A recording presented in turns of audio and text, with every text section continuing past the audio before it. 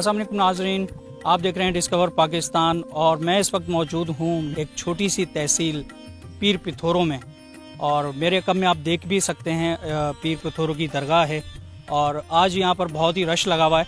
اور کچھ ان کے پرستار اور کچھ ان کے مرید اور کچھ ان کے خاندان کے یہاں پر لوگ آئے ہوئے ہیں، اور ان سے ان کے ہسٹری کے بارے میں کچھ جاننے کی کوشش کرتے ہیں۔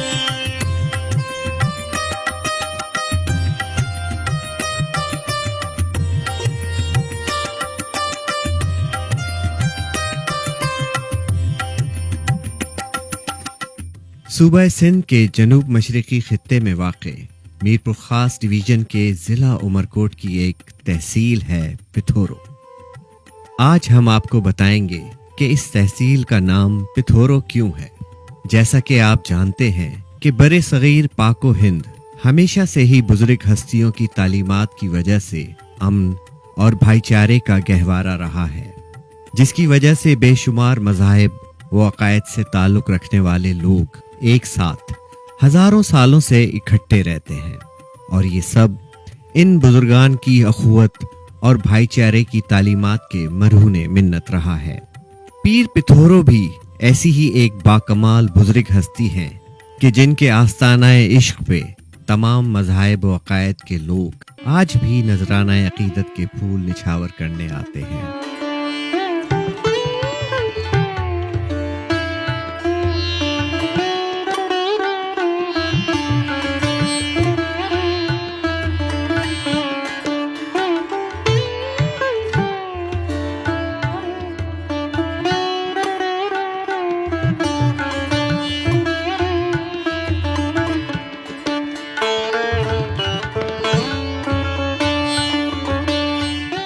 پیر پتھورو وہ ہستی ہیں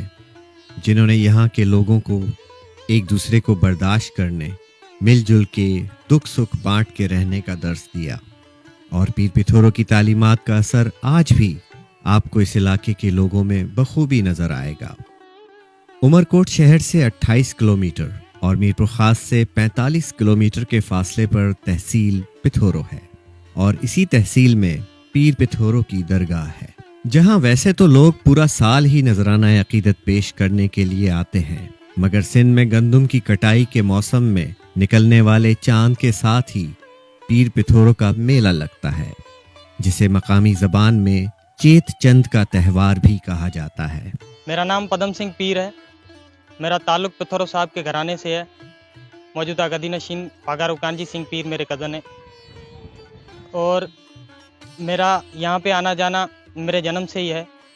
ہر سال میں 2 سے 3 مرتبہ ہمارے پورے خاندان کا یہاں پر آنا ہوتا ہے۔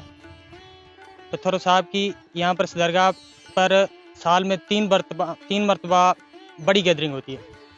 جس میں یہ جو آج گیدرنگ ہے یہ پتھورو صاحب کی برسی کے موقع پر ہے، جو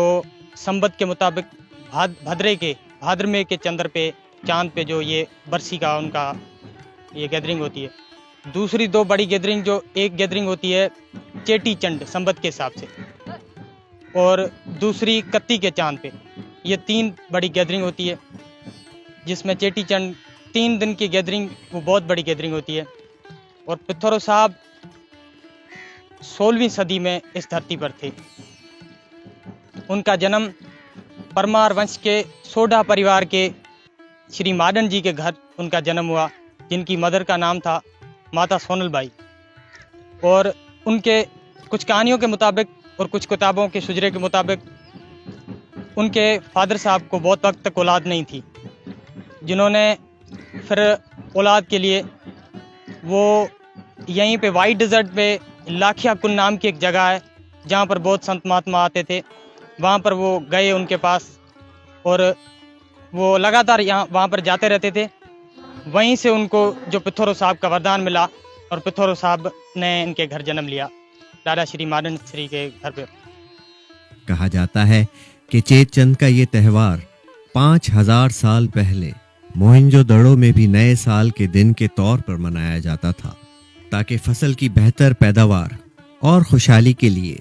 دریائے سندھ کو خراج عقیدت پیش کیا جا سکے۔ مزید اس میلے یا تہوار کو بھنڈارو یعنی لنگر کہا جاتا ہے۔ لگ بھگ 1 لاکھ زائرین میں